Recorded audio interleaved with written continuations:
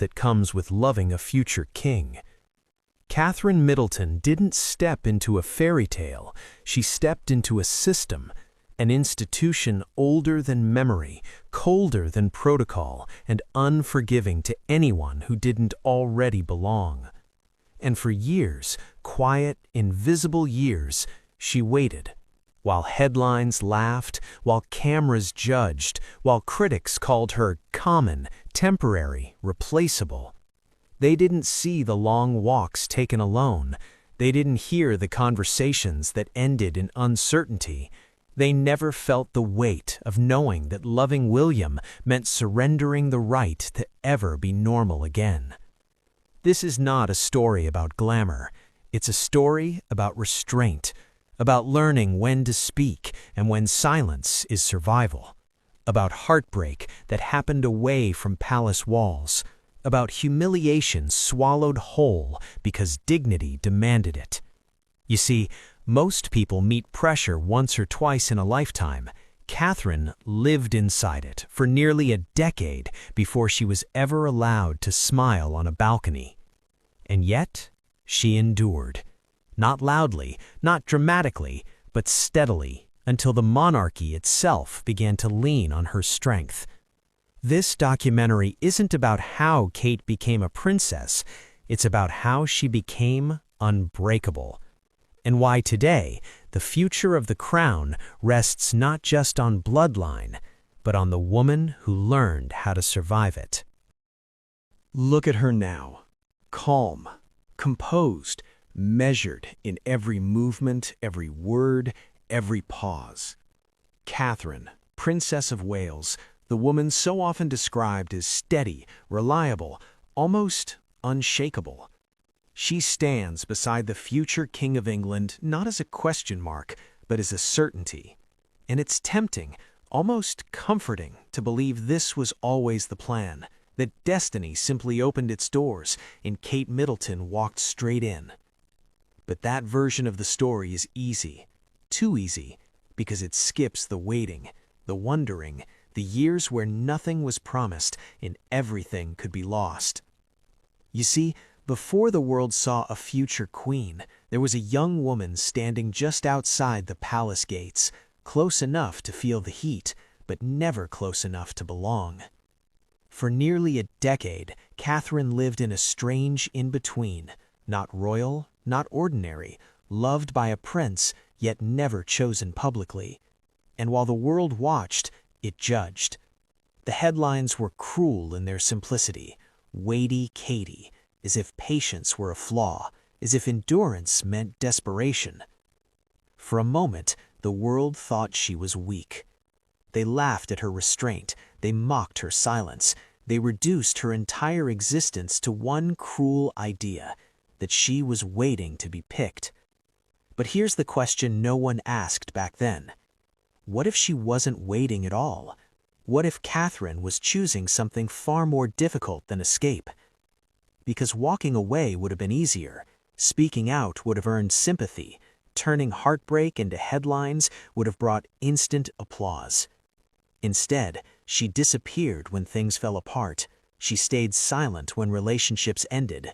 She returned to normal life when the cameras wanted tears.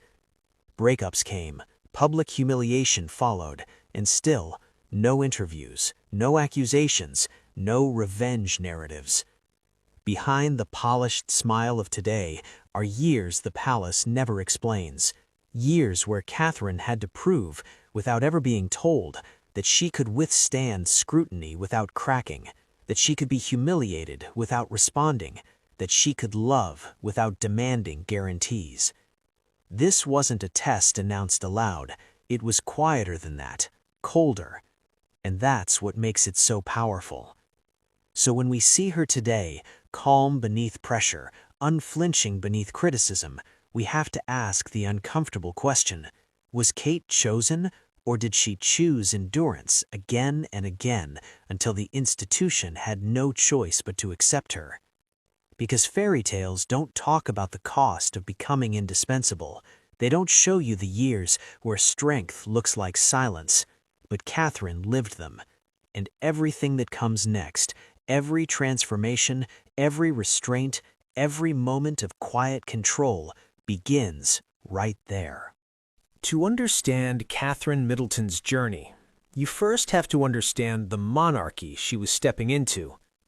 This was no longer the rigid, unquestioned institution of the past, but it wasn't modern either. The British monarchy in the early 2000s was caught between worlds. Tradition still ruled, silence was still expected, mistakes were still punished quietly, but relentlessly. And above everything else, the shadow of history loomed large, because the crown had already learned, painfully, what happens when emotion collides with duty. Princess Diana changed everything. She humanized the monarchy in a way no one could reverse. She showed the world vulnerability, pain, and emotional truth, and paid an unbearable price for it. After Diana, the palace became cautious, controlled, almost fearful of emotion that could not be managed. So when Catherine entered the picture, she wasn't just dating a prince, she was entering an institution still healing, still guarded, still afraid of the wrong kind of spotlight. And that's what made her different. Catherine was not aristocracy. She was not raised inside palace walls. She didn't grow up trained in royal restraint or protocol. But she wasn't a rebel either. She observed, she listened, she adapted. Unlike royal brides before her, Catherine did not arrive with a ready-made role. There was no template for a modern, middle-class woman expected to become a future queen without shaking the structure beneath her. And unlike Diana, who entered the monarchy young, isolated, and emotionally unprepared, Catherine waited. She watched the system before stepping fully inside it. She learned its rhythms, its punishments, its unspoken rules. Then came another shift, another moment that forced the monarchy to confront change again. Meghan Markle. Where Catherine represented patience and adaptation, Meghan represented disruption and emotional honesty. Both women faced intense scrutiny, both were judged unfairly, both exposed different weaknesses within the institution. But their approaches diverged. Meghan challenged the system directly. Catherine chose to survive within it. Neither path was easy, neither path was painless, but Catherine's choice to internalize pressure rather than externalize it set her apart. Publicly, she appeared effortless. Privately, the reality was far more complex. Behind the composed exterior was a woman learning emotional intelligence under fire, learning when silence protected her and when it protected the crown, learning how to absorb criticism without letting it define her. This is where public perception failed her most. The public saw stillness and assumed passivity. They saw politeness and mistook it for weakness. They saw patience and reduced it to waiting. But what Catherine was really doing was adapting in real time to a monarchy that no longer had room for emotional chaos, yet desperately needed stability. And that is the heart of this story. Not romance, not rivalry, not scandal. Survival. This documentary is not here to choose sides. It's not here to attack, defend, or sensationalize. It's here to study character. To examine how one woman, without a crown, without guarantees, learned to navigate the most unforgiving public role in Britain using restraint, discipline, and emotional control. Because Catherine's rise wasn't about being chosen, it was about becoming indispensable in a system that quietly tests everyone who enters it. And everything that follows, the criticism, the breakups, the public humiliation, only sharpens that truth. This was never a fairy tale. Before the cameras, before the comparisons, before royalty ever entered the frame, Catherine Middleton belonged to a very ordinary world. Not careless, not chaotic, but grounded. The Middleton family was close-knit, disciplined, and quietly ambitious. Carol and Michael Middleton didn't raise their children for spectacle. They raised them for self-reliance. This was a household where effort mattered, where appearance was important, but preparation mattered more, where you learned early that stability isn't inherited, it's built. Catherine grew up surrounded by siblings, routines, and expectations. Nothing extravagant, nothing careless. And from an early age, certain traits began to surface. She was disciplined, competitive, especially in sports, and emotionally contained in a way that often goes unnoticed in young girls. Kate didn't demand attention. She didn't chase approval. She observed. At Marlborough College, she learned endurance the hard way. The environment was demanding, sometimes brutal. Social hierarchies were sharp. Judgment came quickly. But instead of rebelling, Catherine adapted. She learned how to hold herself steady under pressure, how to compete without spectacle, how to absorb criticism without letting it spill outward. These weren't royal lessons, they were survival skills. After school came her gap year, a period that quietly shaped her worldview. Travel, exposure, a widening sense of how different lives intersect. She wasn't sheltered, she wasn't naive. She learned how to move through unfamiliar spaces without demanding to be the center of them. Then came St. Andrew's University, a small, isolated place, intellectual, traditional, and socially intense. Here, Catherine began to change, not dramatically, but noticeably. She gained confidence without arrogance, social awareness without manipulation, independence without rebellion. She blended in, but she also stood out, not for loudness, but for composure.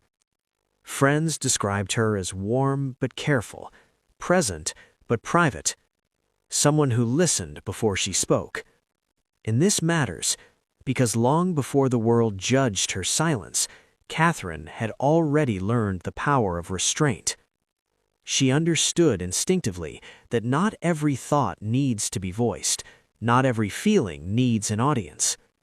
At St. Andrews, she wasn't a symbol, she wasn't a headline. She was simply a young woman, building confidence piece by piece, living independently, navigating friendships, understanding social dynamics without dominating them. Nothing about her life at this stage suggested destiny. No signs pointed toward palaces or crowns. But something quieter was forming. The emotional control, the patience, the ability to endure pressure without collapsing inward or exploding outward. These traits weren't glamorous, they weren't celebrated, but later they would become the difference between surviving royal life and being destroyed by it. Because when royalty finally enters Catherine's story, it doesn't meet a fairy tale girl. It meets someone already trained by family, education, and experience to withstand scrutiny without losing herself. And that, more than love, more than luck, is what made everything that followed possible. It didn't begin as a fairy tale. It didn't even begin as romance. When Catherine met Prince William at the University of St. Andrews, there were no expectations, only proximity. They were students first, friends first, sharing lectures, sharing laughter, sharing a version of life that felt, for a moment, almost normal. And that mattered, because before the titles, before the weight of destiny pressed down, William wasn't a future king. He was just a young man trying to understand the life waiting for him. And Catherine was simply there, not chasing, not performing, just present. But privacy never lasts when the crown is involved. The moment the media realized Catherine wasn't temporary, everything changed. The spotlight arrived suddenly, and it was merciless. Photographers followed her movements, headlines speculated on her worth, strangers decided who she was without ever knowing her. Dating the future King of England came with a burden no one prepares you for. Every choice became symbolic, every silence became suspicious, every smile was dissected for meaning. And Catherine learned quickly, this was no longer about love, it was about endurance. The press intrusion intensified. Paparazzi waited outside her home, cameras chased her down streets, turning daily life into a public performance. She was watched while shopping, judged while working, criticized for doing too much and for doing nothing at all. Then came the label, Weighty Katie, a phrase so small, yet so cruel. It reduced years of uncertainty, years of emotional restraint, into a joke.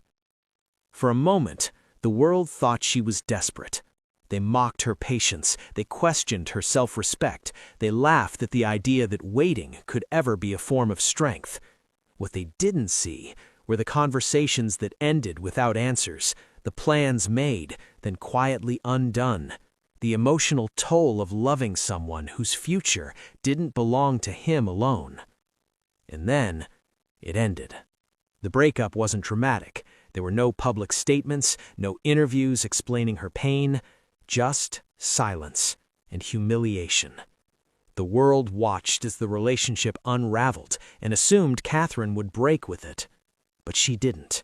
She returned to her routines. She went back to work. She carried herself as if nothing had happened, even when everything had. Inside, the conflict was immense, because walking away would have been easier, speaking out would have earned sympathy, turning heartbreak into public truth would have made her a victim the world could understand. For a moment, that path must have tempted her. But Catherine didn't choose it. She chose silence. She chose dignity. She chose self-control in a moment where emotional release would have been justified. And then, they found their way back to each other.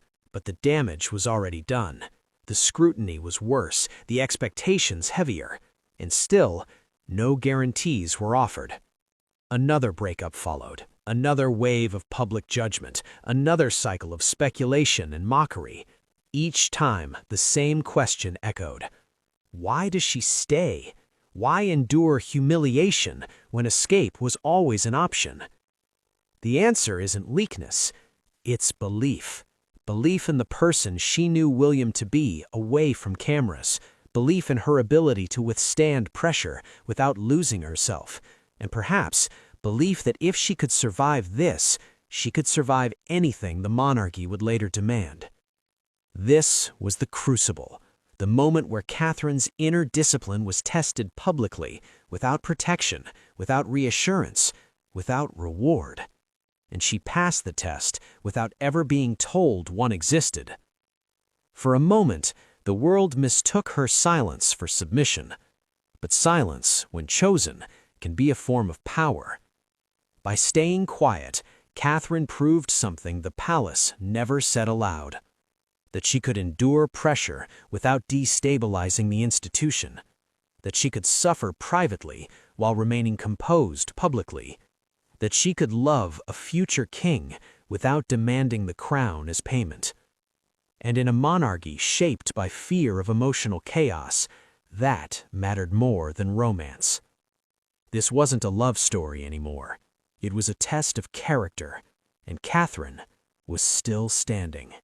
Time has a way of clarifying what pressure only confuses. For William, the years of uncertainty were not without consequence. He watched what scrutiny did to the woman beside him. He saw the weight she carried, quietly, without complaint. And slowly, something shifted. Maturity arrived not in a single moment, but in accumulation. In realizing that love, left unprotected, becomes a burden rather than a refuge. William began to understand that Catherine wasn't just enduring the spotlight, she was managing it.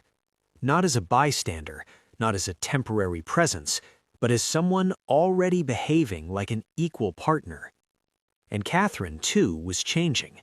Not by becoming louder, not by demanding clarity, but by standing firmly in who she already was.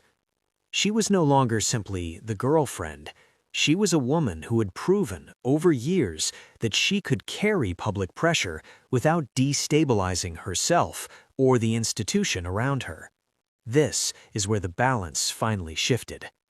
The engagement, when it came, was rich with symbolism. A ring once worn by Diana, a public declaration after years of private uncertainty, a moment framed as romance but grounded in history. The public reacted with relief, celebration, emotion, as if a long-held breath had finally been released. But for Catherine, this was not a victory, it was an acceptance. Because marriage into the monarchy is not the end of a story, it is the beginning of obligation. This was not a fairy tale contract, it was a binding agreement with history, with expectation, with a role that would never truly belong to her alone. And Catherine understood that. From the moment she became Duchess of Cambridge, she entered a world governed by unspoken rules. Protocol was unforgiving. Every gesture mattered. Every misstep lingered. She made mistakes, quiet ones, moments of awkwardness, lessons learned under scrutiny. But she did not react publicly. She did not explain herself. She did not rush to redefine the role. Instead, she listened. She observed the rhythm of the institution. She learned when to step forward and when stepping back carried more power. The early years were not glamorous. They were restrained. Public appearances without personal voice, engagements chosen carefully, silence where others expected commentary. And through it all, Catherine refined herself. Not erased, not diminished, refined. This distinction matters. She wasn't changing who she was to fit the monarchy. She was shaping her strengths to survive inside it. The discipline learned in childhood, the restraint practiced under pressure, the emotional control forged during years of waiting. Now they had purpose. She was no longer being tested, she was being trusted. And trust inside the monarchy is never given lightly. By the time the public began to see her as dependable, the transformation was already complete. Not sudden, not dramatic, but irreversible.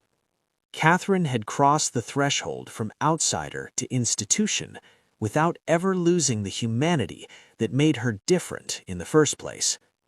This was the moment her story stopped being about endurance and started being about influence. Quiet, measured, lasting. And from here, everything would depend on how she carried that weight. Royal life did not soften once Catherine became a wife. It intensified. The scrutiny never eased, it simply changed shape. Now, every movement was permanent, every expression archived, every silence interpreted. There was no such thing as a private day, no moment untouched by expectation. And then came motherhood, not as a personal milestone, but as a public responsibility. Pregnancy announcements became global events, hospital steps turned into stages, even vulnerability, nausea, exhaustion, recovery was observed, measured, judged. Catherine became a mother while carrying the unspoken pressure to get it right for the crown. The comparisons arrived immediately.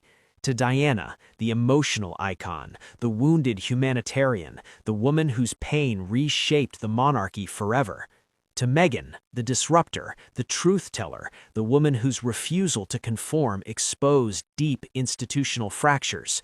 And Catherine stood between those narratives, not rejecting either, but not becoming them. She did not perform emotion. She did not weaponize silence. Instead, she regulated herself with discipline that few noticed and even fewer understood. Publicly, her image remained controlled, neutral, predictable. But predictability was not weakness, it was strategy.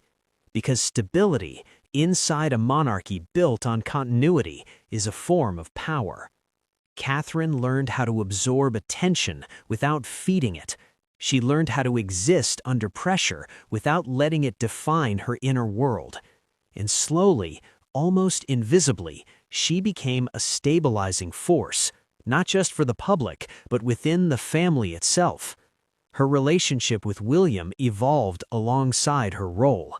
What began as love under pressure became a working partnership. Decisions were shared, appearances coordinated, responsibilities divided with precision. They stopped being symbols of romance and became symbols of reliability. Together, they represented something the monarchy desperately needed, a future that felt steady. Catherine did not dominate this partnership. She did not recede into it either. She balanced it. And balance in royal life is rare.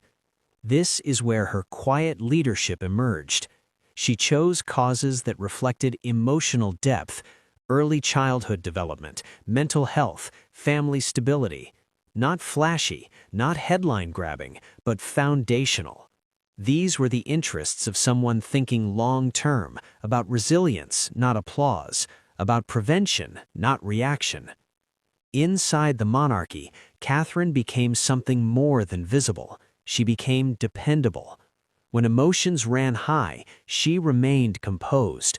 When controversy threatened stability, she did not add to the noise. She steadied it. And that is how she earned a role no title could grant, the emotional stabilizer of the institution. Not by speaking louder, but by never being careless. Not by demanding attention, but by knowing when restraint mattered most. This wasn't accidental. It was the result of years spent learning how to survive scrutiny without becoming hardened by it. Catherine did not become powerful by force. She became powerful by consistency. And in a monarchy haunted by emotional volatility, that may be the most valuable strength of all. When you trace Catherine's journey from beginning to end, what stands out most isn't privilege, it's transformation. She did not arrive fully formed. She did not step into royalty prepared or protected. She learned, she endured, she adapted, slowly, deliberately, and without applause. The girl the world once mocked for waiting became the woman the monarchy now depends on for balance, and that changes the meaning of everything, because waiting implies passivity, patience implies intention. Catherine wasn't standing still. She was watching, measuring, understanding the cost of every move before making it. She learned when silence protected her. She learned when speaking would weaken her position. She learned that endurance, real endurance, does not announce itself. Years later, the results are undeniable. She stands at the center of the modern monarchy, not as a symbol of romance, but as a symbol of continuity. A future queen consort, and one day possibly queen, not because she demanded the role, but because she earned trust over time. And trust, in this institution, is everything. Her story quietly challenges what we think strength looks like. It tells us that power doesn't always shout, that resilience doesn't need an audience, that survival, especially for women, can be built through restraint rather than rebellion. Catherine's silence was never emptiness, it was control. Control over her image, control over her emotions, control over how much of herself the world was allowed to consume. In an era obsessed with exposure, she chose boundaries. And that choice shaped her destiny. She didn't erase who she was to fit the monarchy. She refined herself until she could carry its weight without being crushed beneath it. That kind of strength is rare, and it is often misunderstood. Today, when Catherine walks into a room, there is calm before applause, because her authority doesn't come from noise, it comes from consistency, from years of proving, without explanation, that she could be trusted with the future. This was never a fairy tale about being chosen. It was a lesson in choosing endurance again and again until the world had no choice but to recognize it. And so the story doesn't end with a crown, it ends with a question, one that reaches far beyond royalty and into our own lives. In a world that rewards noise, was Kate's silence her greatest power?